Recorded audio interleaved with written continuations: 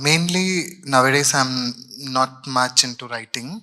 As a journalist, I'm just going to the streets, talking to the people, extracting their stories, fermenting them in my mind. So I have written about my community.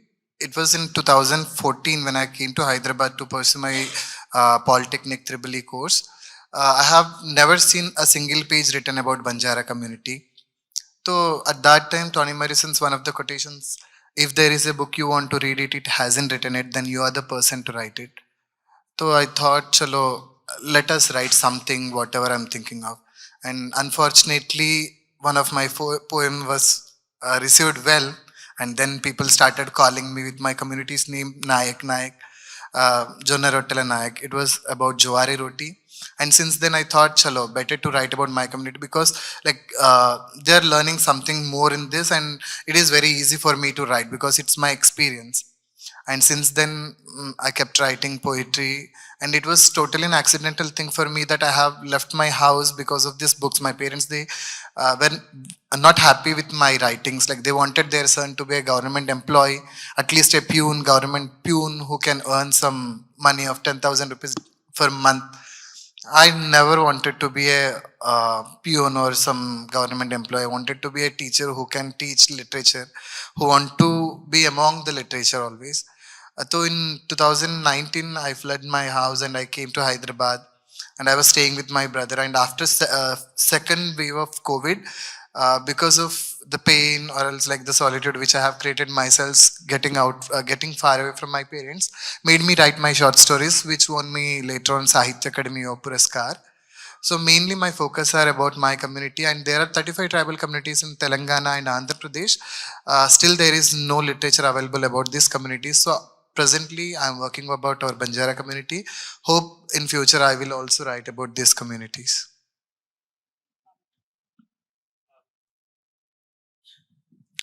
As you rightly pointed out, I started writing in a very different fashion.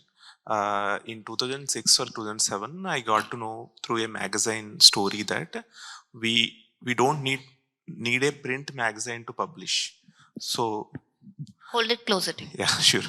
We don't need a print magazine to publish. That story told me that like you can blog it. It was 2006, 2007. I don't have a personal computer. I started going to a internet cafe and pay them 10 rupees per 1 hour. I used to prepare entire story or else essay, whatever, to type there. I don't know how to type, but I learned how to type and type there and publish a blog per 10 days, 15 days, because like I cannot afford more than 30 rupees to on this hobby. So, and then I started publishing. My father, who always wanted me to be a writer, don't understand what's happening with me. I'm writing, but I'm not publishing in the sense of how he perceived publishing. He always wanted me to send it to some newspaper or a magazine so that it will get published in the spaces that he wanted it to be published. But unfortunately, I have glued to this idea of my readers providing me direct feedback. If I send it to a newspaper, it will they will go through, like I tried sending it to news magazines, but it felt so not so attractive for me. People who don't understand what I'm writing, why I'm writing, they started judging my work, and then they also bring some constraints of space.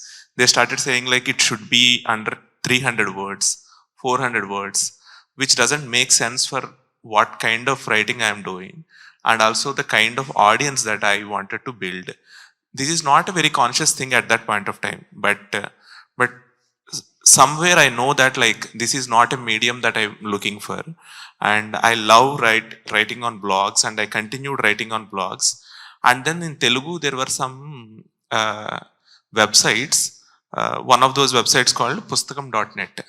They gave a space for normal readers to write about what they want to write related to books. Anything related to books is their motto. It need not to be a it need not to be a piece of criticism, or else it need not to be a review, whatever. They say like write whatever you want to write about books. And I'm a vivid book reader at that point of time. I used to read 3 to 4 books per 10-15 days because of my I don't know what my obsession at that point of time about books is. So I used to write everything that I want to write on a digital platform like this, and I continued as a digital um, don't know, like writer. So I, in that sense, like when you said like people were complaining about their hand getting pained, I never wrote it on paper after 2012. I guess 2012 is the last time when I wrote on paper, because after that I got a personal computer, and right from that I'm typing, not writing. So yeah, so my journey as a writer continued with this, and in 2013 I started as a Telugu Wikipedian, and I started here I got a platform to shape, and I was really thrilled to see a platform which I would be able to shape, and I would be able to contribute alongside a community. So policies, I started shaping up the editorial policies of Telugu Wikipedia, and I started creating content, a lot of content in Telugu Wikipedia. I went on writing 1500, 1600 articles on Telugu Wikipedia. Many a times I know that people are reading my content, but they don't know it was written by me. But still, that's okay for me. And then I went on to become a YouTuber. I wrote pieces about Telugu film history and also Telugu film lyrics, and I made them a video essay, and people loved it, and I got 15,000 audience by 2019 itself. And I found Twitter, I found Instagram. On every digital platform I figured out that that's a space to write and connect to your audience. It need not necessary that like it's like we perceive digital spaces in a way that they are just for entertainment, or else in a way that like they are there to market your product, etc., etc. But I perceived it as like a space to put myself out and get audience feedback or readers feedback then and there, and build a community around my work and continue writing. Thank you. That is exactly what we wanted to understand. Um, Ramesh, you have been tagged only as, writer of one particular community, right? How do you come to terms with that? How do you think, does it make you feel reduced to something, or does it empower you to do more? Most of my friends, they always comment on this thing that like uh, news media or else like someone else, they are just seeing you as a Banjara writer. You have to be more than that. Of course, I can also write other things also, not only Banjara, but also what happens with the thing. If I don't write about my community, then who will be going to write it? The experiences which I have lived through, the stories which I have heard from my parents in my village, whatever it is. So those are very unique experiences that only Ramesh might have gone through. So I always think of like, of course, sometimes even myself, like I should not write about my community. I have to write something, and then suddenly turns out to be that the story, whatever I'm going to write, it turns out to be a Banjara, because like there is nothing there, so you have to create something. Of course, if you are a citizen of your country, like you are telling you are an Indian, so why shouldn't I tell that I'm a Banjara and I should write Banjara literature, or else like the literature whatever I wanted. So we do have our own freedom to write. Of course, tags are always people, they are ready to give us tags and everything. So of course I am a Banjara writer. Let me have that tag for now. In future I may change to some other topic. But I think that's what we all say about, or keep hearing about writing. Write what you know, write from your experience, and nothing can take away the lived experience that constitutes your, identity. Pavan, you sort of, with your journey, and again with your recent book, disrupted the idea of what non-fiction looks like in Telugu. How would you respond to that? Yeah, right. So I somehow like within my journey of writing, I somehow found that like nonfiction resonate a lot with my kind of worldview, sensibilities, and understanding. And at the same point of time, I also figured out that like in Telugu, non-fiction has become a very marginalized genre. Like non-fiction has a lot of genres, but non-fiction itself become very marginalized in the whole Telugu space. So I continued writing. I'll give you an example how it looks like. In 2000, few prominent Telugu writers and also critics created a list of top 100 books according to them. Like it's like BBC 100 or something, which should be definitely read, which were written between 1901 and 1999. It's like a century ka top 100 books. And among them, 18 are non-fiction and 12 were autobiographies. So actually biographies, articles about something, history, every, like there can be popular science, there can be a lot of non-fiction that can come out in Telugu. But it was all boxed into one small space. This is boxing the language itself. It's not just boxing non-fiction, but boxing the language of Telugu itself. Generally, like Telugu was perceived as a language of culture and literature, and Telugu was perceived as a language of film. Telugu was never perceived as a language of science. Telugu was never seen as like Telugu never seen as a language of history, not as a language of social sciences, not as a language of many other things, right? But Telugus are all these things. So my question was like, why can't there be a popular maths book in Telugu? Why can't there be a popular science book in Telugu? Popular history book in Telugu? There can be a lot other things that can come out in Telugu, not just textbooks and um, so-called literature. So I want to work to popularize non-fiction in Telugu.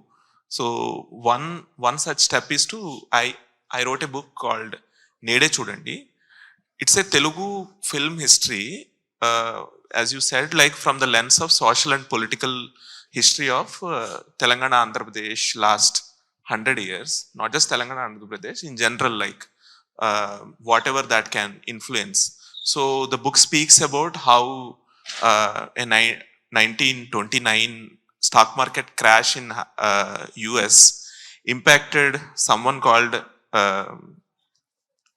Akkineni Nageswar Rao, who came from a very silent village in Krishna district, and how it shaped the whole Telugu film industry into a peasant industry. So these are some things that I have written, but at the same point of time, I tried not making it as so academic so that people cannot read it. So one of the best compliments I always receive about this book is that like it was so unputdownable. So I tried making that. And I also figured out this is one of the missions that I wanted to take up, making different kinds of non-fiction in Telugu and making it popular. That is exactly why we are talking to the both of you. One from the point of view of marginalized identity, and second from the point of view of the identity of a language itself. When we think about Indian knowledge systems and other kinds of things, we tend to think of this as, oh, language. We should turn to Indian languages for culture and literature and things like that. But we can turn to them as languages of knowledge. Right? Okay. From writing, let's come to publishing. Yeah. What have been your platforms? How have you found agents? And what has been your publishing journey like, both of you? So I was writing my poetry on the walls of my Facebook. So I got some readers there. And I even at that time someone suggested me to send poems to so and so magazine. So printing magazines were not much keen and also interested to publish our poems because we just started writing then, and there are many drawbacks in the writing and also grammatical errors, whatever it is. So at that time we used to send these poems to the web magazines. They used to publish, and then I got a call from one of the persons called Aparna Tota. She is a writer an activist. She forced me to publish my book. She said that, Ramesh, this is an important work which we needed to publish. So I said, in Telugu we don't have any publication houses who can publish our works paying some amount, and for books we don't get a single penny back, so we are not some popular writers. Then she said that you don't worry about money. Presently Telugu literature need indigenous literature. And then she and her friend Chaitanya Pingali, she is also a Sahitya Akademi Puraskar winner and writer. So they both came forward to publish my work, and they have published my first book. Fortunately, the book immediately got good success, and the whole book was taken for Andhra University syllabus for postgraduates. And also one of the poem was taken for undergraduate syllabus also. And then onwards, like um, I had little demand to get published, and people are also interested. And recent days, I'm with also English publication houses. I have an agent now.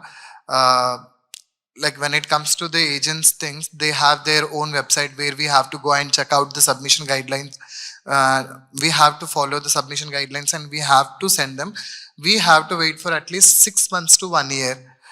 We don't have such patience to wait, like, because in Telugu nowadays we are waiting for months together to edit, re-edit, rewrite. But previously when I had published my first book, within a one night we can publish our books. And now there is also another thing came up, like print on demand. How many copies we needed, we can publish that much. So agents and publishing houses are little difficult in English, so we need little patience to get in touch with the agent, and also then we have to wait for the agent's response. And it's little tricky thing. If we want to get in touch with agent or big publishing house, before that we have to get published in good magazines like Outlook India, Scroll, national or international well noted magazines, so that the people will read our works and they come to know that someone called Ramesh is writing and his work got published here, and okay, he writes well. So there will be a talk, promotion hota hai wahan se, like it's a sort of promotion. And then agents also show interest and publishers also show interest, and then it just goes on like. So my experience is different than Ramesh's experience. I was listening to this story that like getting just published is a great thing in Telugu. So because like people don't buy your books, don't buy any books, and publishing houses are houses before 2020, which were well established publishing houses, kept on saying that, oh, books are not getting published, this is a loss making business, we can't pay you, it is a great thing that you will get, you just get published, and you should not expect anything more than 4 books in return. That's the whole remuneration you get, etc., etc. I used to hate this logic of paying, so giving them all the rights, and at the end you get nothing more than 4 books. And there is also second model, which is also a very bad model, of course, where you want to get published. You pay some publishing house, a different kind of publishing house, a 40,000 or 50,000 rupees, and in turn they publish your books, and again they sell books. They will just give you 50 to 100 books back, and then they continue saying that it's a loss making venture, nothing is coming out of it, oh sorry that you are not getting paid any which way, your 40,000 is also gone. It might look very weird. It might also, like, for a lot of people it might also look like, what is these people doing? But I know hundreds of people who did this until 2020, 2021, until recently also. People pay money, get them published, and publishers sell some copies. They don't give anything back to uh, author himself or herself. So I don't want to go in either of these routes. I want to be my own publisher. So I explored my ways with few publisher friends. One of them was like Mallikarjun of Aju Publications, and another person called Purnima Tamireddy, who both of these people are authors like me, who started publication, self-publication, because of this whole environment is not going to work, etc. So both of them told me that, like, Dekho, Amazon is there. You don't need to wait for bookshops or some other places for your book to be showcased, and you don't need to wrestle with all the power structures that were already there in Telugu publishing industry. There is a disruptor called Amazon. You just need to put out your book in Amazon and do your good work in social media marketing. Then your book will be sold, is what they have suggested me. And then I did my homework properly and I continued building audience in social media platforms consciously, like in Twitter, in Facebook, in Instagram. I continued building my audience and giving them, like, continued writing for them, helping them understand what kind of writer I am. And then one fine day, I published my book and I put it on Amazon. It actually worked. A lot of people who follow me on Twitter, they bought my book through Twitter reference. And then later on, there were people who are in Instagram who are also writing about books and creating content about books. They liked my book and it also got publicized in that platform. Slowly, it picked up and I completed my first 1,000 copies uh, very well. They say like nonfiction don't sell and all of these things, and they also say like you need some publishing backup, etc. It turned out to be I don't need any publishing backup. My books were not even displayed in any major book stalls except Navodaya in Hyderabad. But audience figured it out, or like readers figured it out because of new disruptions.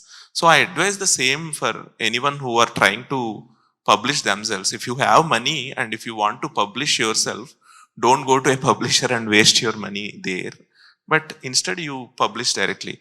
But at the same point of time, there were also good publishers in Telugu post COVID actually. So there was a budding publishing industry that is building up, a healthy budding publishing industry. I can drop names like Aju Publications and Chaya Publications and also like LME. There were some publication houses. Anyone can reach out and send their samples. If they like your book, they definitely publish. And also it's a fair deal. It's not the deal like I'm vexed with. So yeah. This is exactly the kind of inputs we wanted. Two different kinds of approaches to writing and publishing, two different kinds of experiences.